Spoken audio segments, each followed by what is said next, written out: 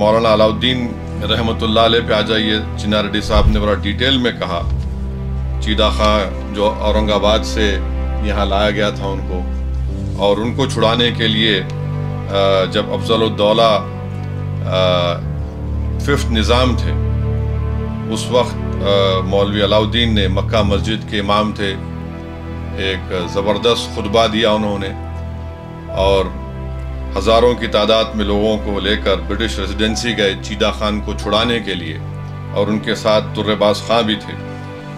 اب میں یہ پہلے بولنا چاہوں گا کہ یہ کہاں سے میں انفارمیشن لایا ہوں۔ یہ اسٹیٹ آرکائیوز میں اویلیبل ہے۔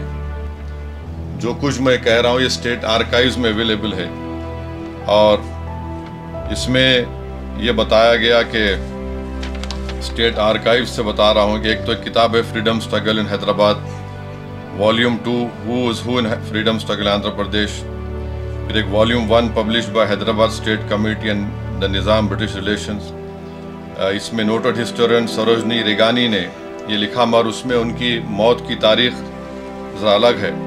جو Andhra Pradesh state archives research institute میں ڈاکیومنٹ ہے، وہ آپ اگر پڑھیں گے تو ہم کو ابھی بھی وہ پڑھنے سے رونگٹے کھڑے ہو جاتے ہیں، جس میں اس رپورٹ میں لکھا کہ مولوی علاؤالدین کو جب گرفتار کیا گیا تو اس وقت قانون یہ تھا کہ 20 سال اگر کوئی کالا پانی میں گزارتا تو اس کو چھوڑ دیتے تھے، 20 ایئرس، مگر مولوی علاؤالدین کو نہیں چھوڑا گیا۔ کیوں نہیں چھوڑا گیا؟ کیونکہ یہاں پر خط لکھ کر انگریز بھجاتے تھے، اور سالار جنگ 1 مدار المہام پرائم منسٹر کا عہدہ تھا، انہوں نے اس کو ریجیکٹ کیا، بولے کہ نہیں ہم اس کو قبول نہیں کریں گے۔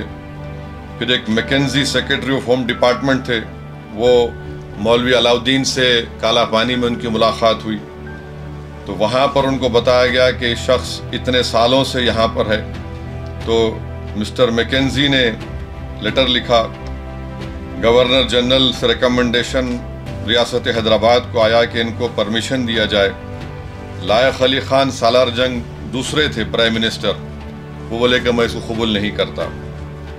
اب اسی آرکائیوز کے ریکارڈ میں آپ کو معلوم ہوتا ہے کہ مولوی علاؤالدین کو کرونک رومیٹزم ہو گیا، ڈبل انجنل ہرنیا ہو گیا، ان کی آنکھ کی بینائی کمزور ہو گئی، اور جب وہ برٹش ریزیڈنسی پر حملہ کیے تو ان کے سیدھے ہاتھ میں گولی لگی تھی، اس سے تو ان کا ہاتھ بالکل ہی پیرالائز ہو چکا تھا، اور ایک زخم کا نشان مولوی علاؤالدین کے شولڈر کے اوپر تھا۔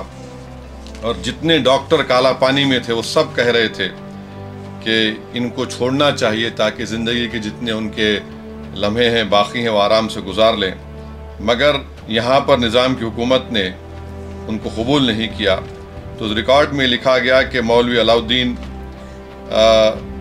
کالا پانی میں وہاں پر وہ آٹے کی گرنی چلاتے تھے، اس کا آٹا پیستے تھے، اور پھر وہاں پر وہ انگریز آفیسروں کو فارسی اور اردو سکھاتے تھے۔ اور یہ مولوی علاؤالدین کا یہ کہ 67 ایئرز میں شاید ان کا انتقال ہوا، یہ آرکائیو سے یہ ڈاکومنٹ میرے کو دستیاب ہوا۔ اب آپ ترے باز خان کے بارے میں آپ جانتے ہیں، ابھی چنا ریڈی صاحب نے کہا کہ ان کو گرفتار کیا گیا، ان کی لاش کو لا کر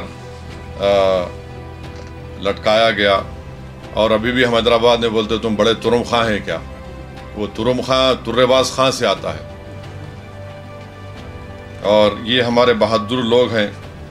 اور جو بیگم بازار میں اب جو موجودہ وومنس کالج میں وہاں پر انہوں نے حملہ کیا تھا۔ پھر ایک جان محمد صاحب ہیں، یہ سب میں جان محمد صاحب ہیں، روہیلا کے تھے، ترے باز خان کے ساتھ تھے، ان کو بھی گرفتار کیا گیا، پھر ان کی موت ہوئی۔ ایک سید احمد صاحب ہے جو مولوی علاؤالدین کے ساتھ تھے، ان پر بھی حملہ ہوا، اور پھر ان کی 17 جولائی کے دن سن 57 میں ان کی جان چلے گئی۔ سوریا طیب جی کے بارے میں بہترین طریقے سے کیپٹن پانڈورنگ ریڈی صاحب نے کہہ دیا۔